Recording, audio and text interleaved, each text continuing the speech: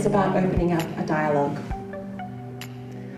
about depression and mental health, about shedding light on something that can happen to any one of us. It's about listening and learning from these brave men who are here to tell their story tonight. And I hope about inspiring support for people who are suffering from depression. So I guess our second guest speaker tonight is Alexander Hayes. Alexander Hayes is the father of 6 children. He's an artist, he's an educator. He's an expert in the field of emerging technologies. Early experiences led Alexander to be involved with crime, drugs, and self-harm. And in 2005, he lost a child, speaking openly about his depression in many forums. He's here with us tonight to share his real story. Please welcome Alexander.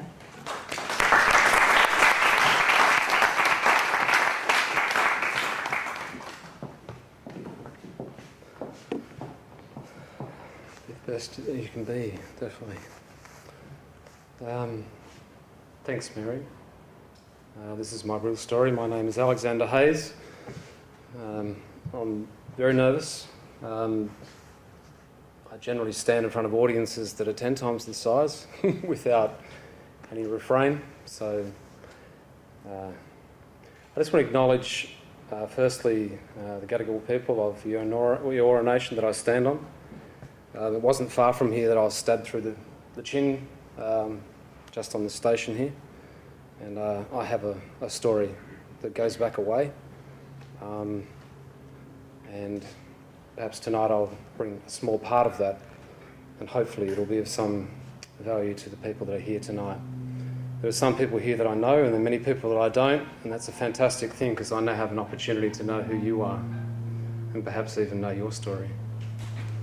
Scott, I just want to thank Scott and Mary, who perhaps instrumentally at a time did come into my story at a very, very low point, which was not long ago.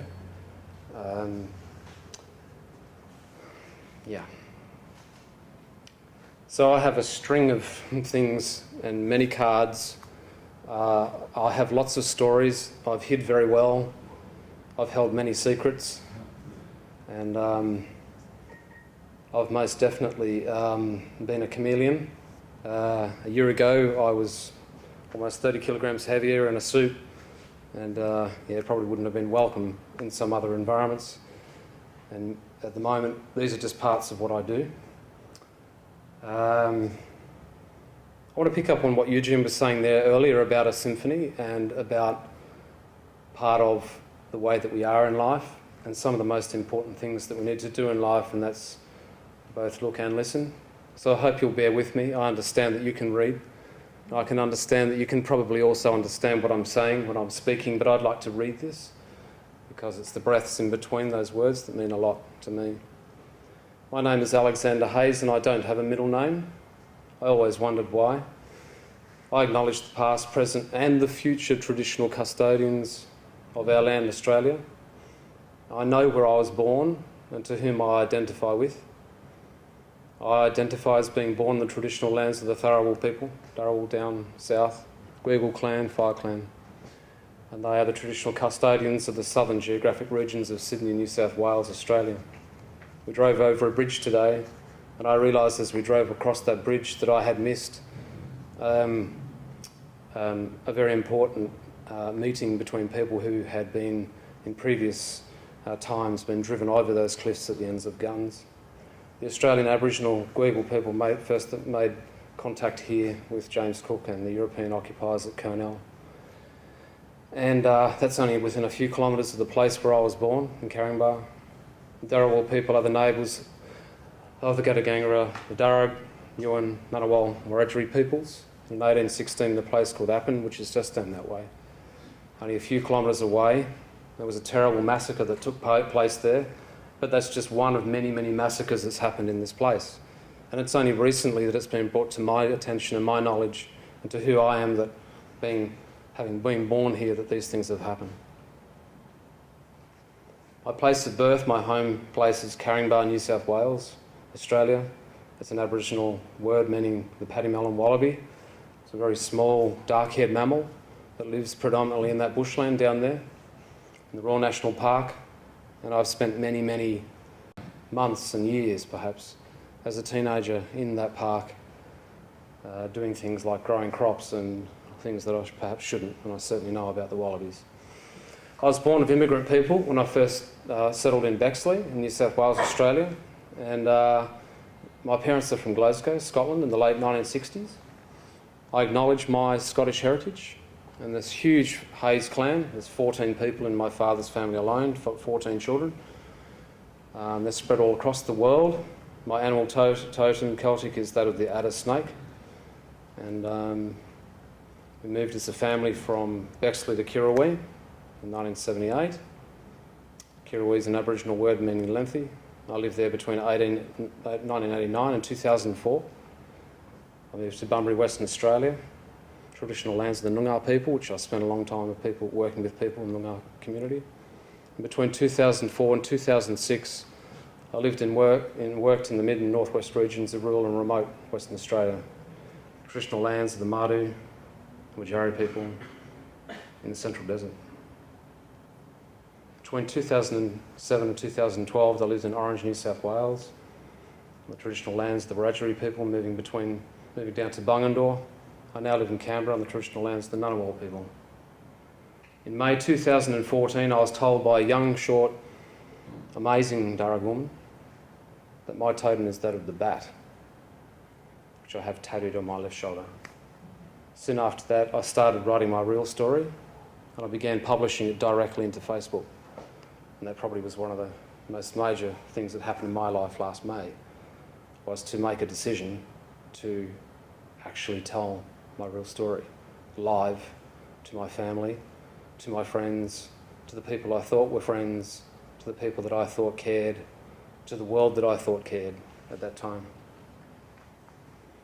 I got back the most amazing feedback from people, and in many ways I wasn't ready for what occurred or unfolded from that time. A few people here actually saw it unfold and they themselves even distanced themselves at that time to try and get past that. This was from one of my best friends at the time. While I realise that your real story is cathartic for you, I don't have any spare energy to be empathetic, sympathetic, or even a sounding board for you. When I actually spoke my truth, and when I come here, I'm taking back my story right now. This is my story. This was said to me by people that I married into in the family, and whilst I understand that the things that I wrote were very challenging for people, I also understood that I needed to face up to these people in real life. This was what I was told to myself. That when I spoke of my depression, I spoke of my loss of children, I spoke of my loss of people. I have 6 children. One of them is still alive and is not identified. Even to some of my friends in here don't know this. I was a sperm donor to a lesbian couple back in 1992. In 2005, at 22 weeks, I lost my daughter. I have 4 other children, aged 24, 17, 7 and 5, to 3 different marriages. The things that have happened to me have had an impact on my life. There's one thing about depressors I hate, and that's that you feel so fucking sorry for yourself. Why don't you get a real life and be responsible for your own shit? This is what people say to people sometimes when they don't understand or have no capacity or empathy, or perhaps had lost their ability to empathise with people's story and understand that this is what people do say to other people and they don't mean it. So I didn't take it that they meant it, but I certainly took it. These are said to me by people that were very close to me. Poor fucking you. Everybody hates you, and that's the reason you get fucked over, you prick. I forgot to add that if you knew about karma, thankfully they can't spell karma right, then you would know you had it coming, you prick. So obviously my story must be pretty bad in order for people to say things like that to me.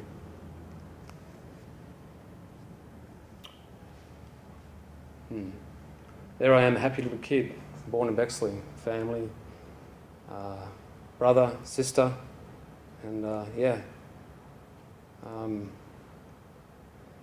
have a scar that runs through my left ear here, and a cracked skull. I've got other stories that I don't want to dig too far into, but sometimes the people that you love are sometimes the people that hurt you the most, both physically and emotionally. They don't realise it till they're older. That's me at 7. I'd won a drawing award. I'm still a practising professional artist. I take photos that seem to offend people because it's just me standing there naked. But as a child, I had a good upbringing and I had a good family. But I was going through things then that most people, seemingly, I understand now, don't go through. I didn't understand that was what was going on. And we were afforded. We had a very middle-class, afforded life. I went to the Church of England Boys Society. And I got awarded many of these awards by an organisation that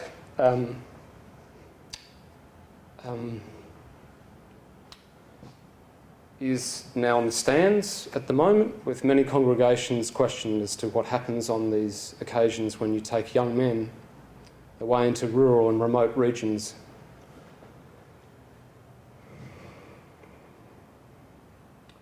That's the last time that I remember feeling innocent and happy.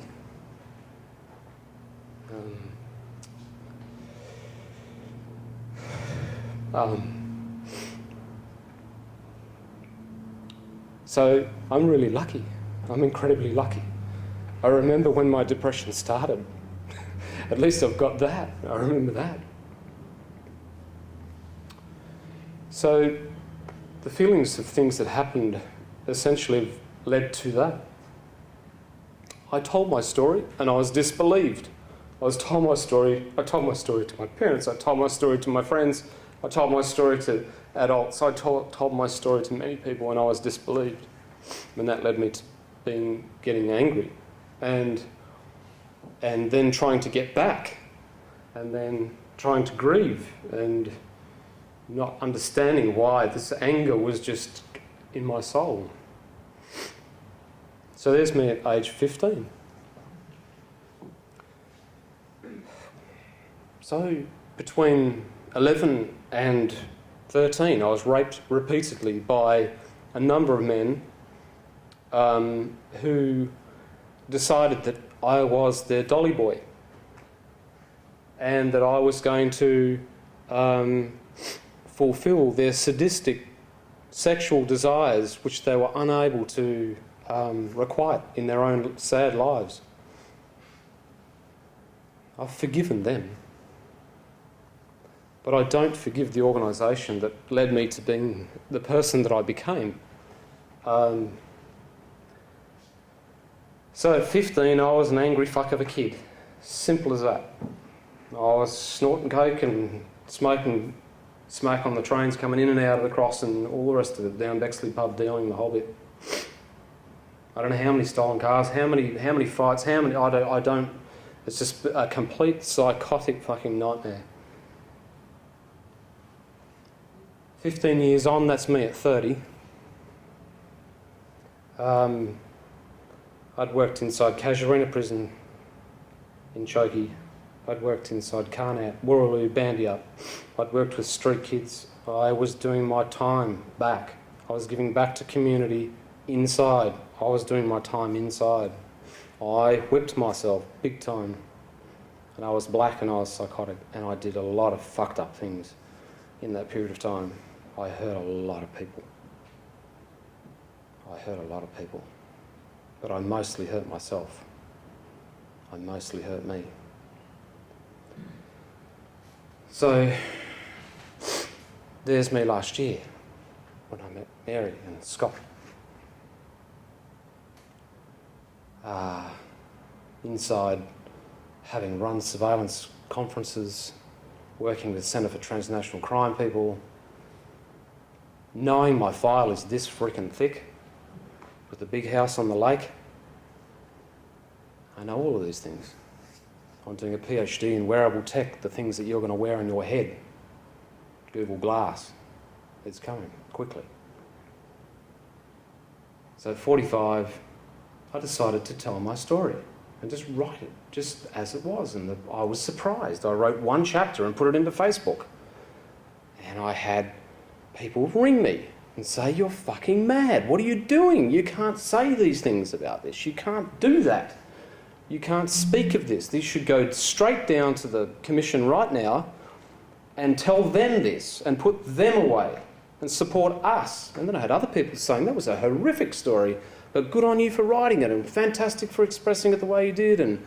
And we've taken, an amazing amount of energy from what you're saying about your life. And we believe you.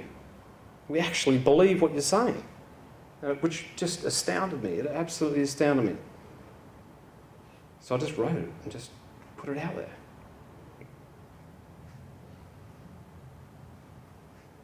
You can go that way or you can go that way. So, what I did, I just quite literally, I'll do it, I'll show you.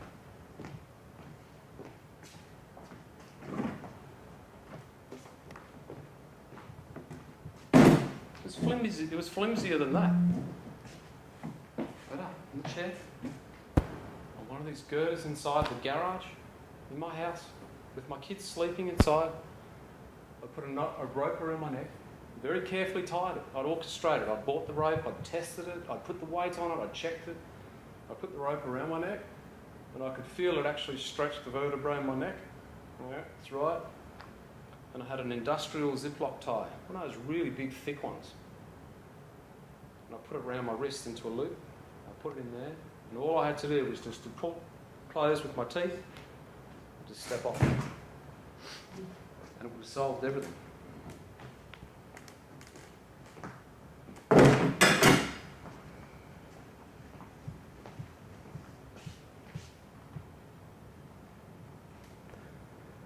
It's only because of other people that I'm here. It's only because of the people that have interacted like you, people that don't even know who I am, is the reason why I still am here. The journey has been a long journey for a year. It's been a very tough journey. Nothing like you, James. This is a courageous man that I've never seen sitting there trying not to cry myself, of such strength and character to get there. But I just have this omniscience of these creatures all over me, and it's very difficult to get past that. These are lecturers of the past, people who ran the Crime Commission of Australia, who said to get past these types of stories, you've got to be one big strong dude in order to get past it. That's as simple as that. You have to be able to come to grips, tell your story, and move forward with your life. And some of these people have known me forever. They've known me since I was a teenager. And it shocked them, and it blew my family apart. And I was told that I was a liar, and I was a this and a that, and I separated from my wife. And I thought I was going to lose my kids again, and I thought that I'd get locked up, and I thought of all sorts of crazy things, and I'm just glad that I've been afforded this opportunity to talk about the fact that you can step up. I am a practicing artist as well. I think the creative side of it allows us the opportunity to use positive possibility. And having come through many different... I've been going to psychotherapists and psychologists and psychiatrists and Christ knows what for I don't know how long. Ever since it happened, ever since I was 11 years old. I don't know how... I've spent 16 weeks locked up inside, pumped full of all sorts of shit. These are people I don't even know sending things into me, It got so overwhelming I had to actually get out of Facebook altogether. I had to just cut it off, cut the thing out. I had to stop using the social media. It just did too much. It was too much. I'm sorry, Mary. I disappeared offline, I know. I don't know what happened there. Is he here? So, yeah. So somewhere in between it all is the reality, between what people say when they're heard and don't understand, and these glowing gratitudes and all the rest of it. But I do know that in the centre of it all, the most important thing is trust, above all else. Trust it's going to be okay. Magali and I know about that intimately, in many ways. Just driving up through Appin today, I spoke to a man who's 46, wanting to suicide, and called me out of the blue, speaking on the phone as we drove through there, and I spoke to him about trust and hope and being able to forgive his wife for the things that she's done, having some empathy for the people that perhaps he had misunderstood in his life, and actually truly being genuine and showing some love and peace towards the people that perhaps didn't quite understand his story, and it was okay for him to let go, even if it meant letting go of his marriage, even if it meant letting go of his friendships, even if it meant letting go of some addictions, letting go of some, letting go, being kind a bit to himself, even if it meant just being that. But trust above all else was going to win through. It took a lot of courage for me to sit with my father and express forgiveness. Because I have nothing left. I've got nothing left to actually, I've got no more anger left. The only thing we actually have left is forgiveness. I could go down and spend the next 10 years at these commissions into child abuse and all the rest of it. I could provide them some fantastic, amazing stories, yeah, absolutely. I'd have to drag all my family and kids and everybody else through the whole thing as well. I'd have to take everybody on the whole journey with it as well. But I'm prepared to let a few of these people be forgiven and know that in time that'll bring peace, a bigger peace than what I would have had otherwise. They're the only things that really get us through, actually. Stillness and mindfulness. I know that I sat in my apartment for long periods of time and people can hardly believe it, but I would sit meditating for at least 6 hours of the day, completely and utterly still.